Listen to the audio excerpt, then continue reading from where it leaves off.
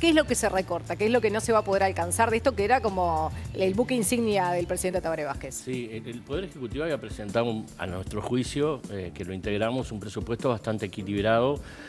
Las necesidades siempre son infinitas y los recursos siempre son escasos, ¿no? A veces muy, a veces bastante, a veces poco escasos, pero siempre escasos. El Parlamento siempre tiene la necesidad de distribuir o asignar en función de lo que se manda. Esta vez yo creo que se había cometido un error porque inicialmente quedaba en el sistema de cuidados, que tiene un conjunto de acciones, quedaba un programa descubierto sin asignación presupuestal, que era el programa de asistentes personales para las personas con dependencia severa. Esto es, personas mayores de 65 años o con discapacidad de cualquier edad que no pueden valerse por sí mismas por el tipo de dependencia que tienen y que requieren permanentemente el cuidado de su familia. Que además, Julio, es un tema que está pendiente por la propia ley de discapacidad, ¿no? Este de los asistentes, es un reclamo muy importante para esa gente. Sí, en realidad ya hoy hay un piloto que se está haciendo desde el 2014, pero que está solo dirigido a las personas que cobran pensión por invalidez. Ajá. Lo que hace el sistema de cuidados es ampliar, eliminar esa barrera de cobrar o no cobrar la pensión por invalidez y lo amplía a personas mayores de edad que no necesariamente tengan una discapacidad, pero que están en situación de dependencia fruto del proceso natural de los achaques de la vejez, para decirlo de alguna manera, y entonces el programa se amplía bastante más, ¿verdad? ¿Cómo se los ayuda? Porque me parece que la gente no tiene todavía del todo claro cuál es la idea del plan de cuidado, qué es lo que haría por esa gente. Tenemos un montón de cosas en primera infancia, pero en este programa en particular lo que hacemos es que se pone a disposición un asistente personal de esa familia, de esas personas que cuidan, y se alivia la carga de trabajo. No se sustituye, obviamente, pero se alivia la carga de trabajo de las familias alrededor de 20 horas semanales con un asistente personal que debe estar debidamente formado y capacitado para hacerse cargo de esa situación del cuidado y de la ayuda en esas actividades básicas que son levantarse, bañarse, vestirse, comer, salir de la casa, principio, ¿verdad? No se va a recortar entonces en 400, sino en 200. Claro. ¿Se puede lograr igual? ¿Se puede cumplir el objetivo? O sea, lo que vamos a tener ahora con este nuevo dibujo presupuestal que se va a confirmar a partir del domingo en la Cámara, y bueno, luego pasará al Senado, es que nosotros, obviamente, si tenemos la mitad de los recursos que íbamos a tener la buena noticia es que sí vamos a poder desarrollar este programa a partir del 2016, pero obviamente para llegar a las metas que nos habíamos trazado, en los años siguientes vamos a tener que tener un ritmo de incremento de entrada de la población al programa mayor del que estaba previsto. Es decir, si no podemos arrancar con todo lo que queríamos en el 2016, eso se va a desplazar como metas adicionales al 2017, 18, 19. ¿Quiere decir que se ha postergado de alguna manera la ayuda a estas personas o es parte de la ayuda por atender otras cosas que se consideran prioritarias, por lo menos por parte de la bancada? En realidad lo que vamos a tener limitada es la cantidad de gente que teníamos pensado ingresar en el primer año.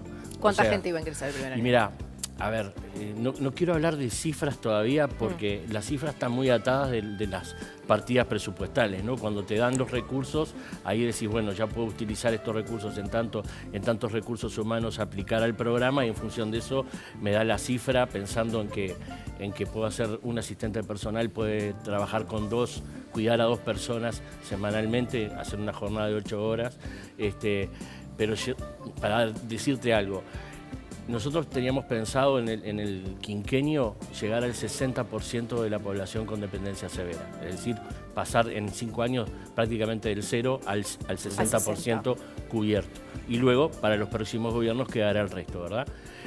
Y habíamos escalado en 5 años estas metas.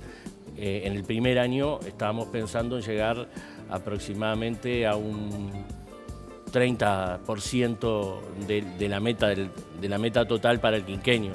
Esa meta la vamos a tener que reducir. ¿A la mitad? Sí.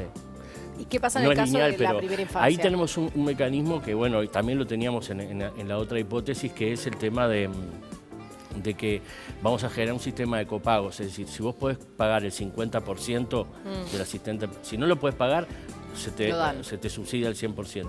Pero si puedes pagar el 50%, entonces te subsidiamos el 50% y de repente él, que también puede pagar el 50%, se va a beneficiar con la parte que vos pagaste y entonces podemos ampliar, eso es lo que se llama un financiamiento solidario. Bien. Que la gente que pueda pagar algo pueda pagar, entonces ahí capaz que podemos también mejorar y elevar la cobertura, ¿no? Una PPP. Con los niños no pasa nada. Más o menos. Sí. Con los niños no pasa nada. ¿Cuál es el 100% de esta población a atender? Mirá, el Uruguay no tiene estadísticas de medición de la dependencia, nunca las midió el INE, porque como no había un sistema de cuidado, ¿para qué? Claro. ¿Viste eso que se dice que la realidad está sobrediagnosticada? Bueno, en este caso no, pero hemos accedido a una encuesta del longitudinal de protección social del BPS que publicó los datos en mayo y que eso nos permite tener una primera cifra que andaría en entre 22.000 y 23.000 personas, las personas con dependencia severa, es decir, las personas que no pueden hacer nada si no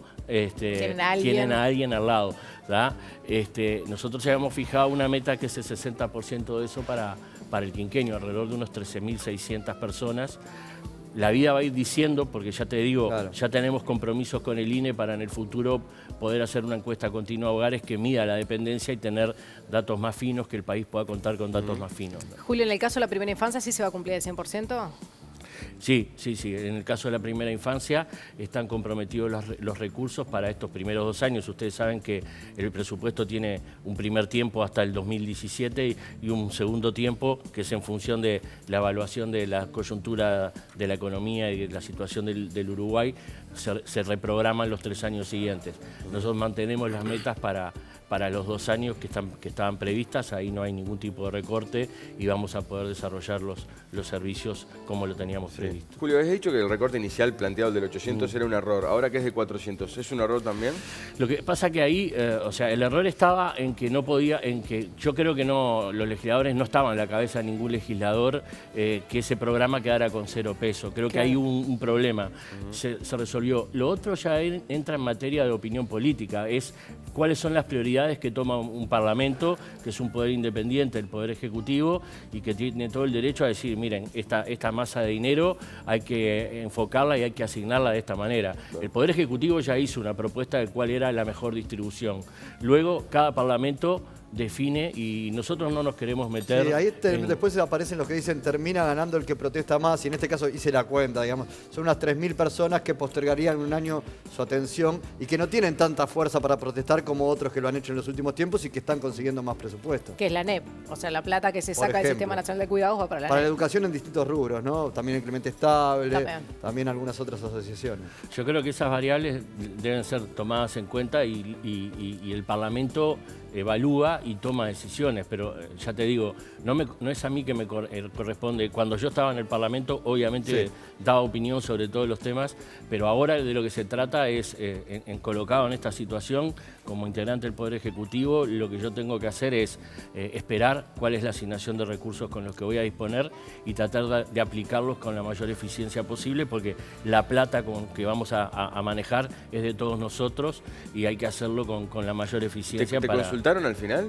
Sí, estuvimos conversando antes de que ellos tomaran una decisión y el papel nuestro del Ministerio de Desarrollo Social fue informar acerca de todo porque la decisión y la discusión y la negociación corresponde Pero la ministra se enojó. No, la ministra estaba preocupada, ¿no? Igual que yo y igual que todo el Poder Ejecutivo, porque obviamente lo que intentamos hacer es cumplir con el programa de gobierno y la primer decisión que se había tomado era dura.